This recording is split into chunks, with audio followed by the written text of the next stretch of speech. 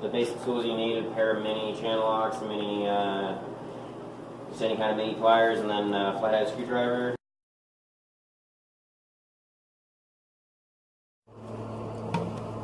You just put your screwdriver there on top, make sure the bolt's not moving.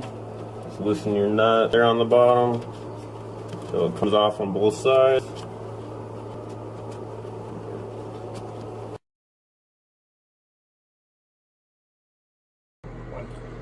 Once you got both of those bolts off, just real simply, it just comes right off. And we'll go ahead and mount that slow close lid. Okay, so this is the slow close lid. I actually just removed this for the purpose of this video, so it is a little dirty, but just do your pre-assemble. Just throw your bolts in through here, and just go ahead and mount it on the seat.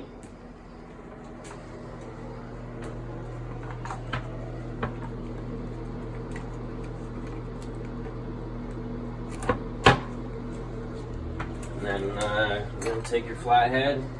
Just make sure that, again, the bolt doesn't move, and get her hand tied down here, and then we'll fasten it tighter with your channel locks.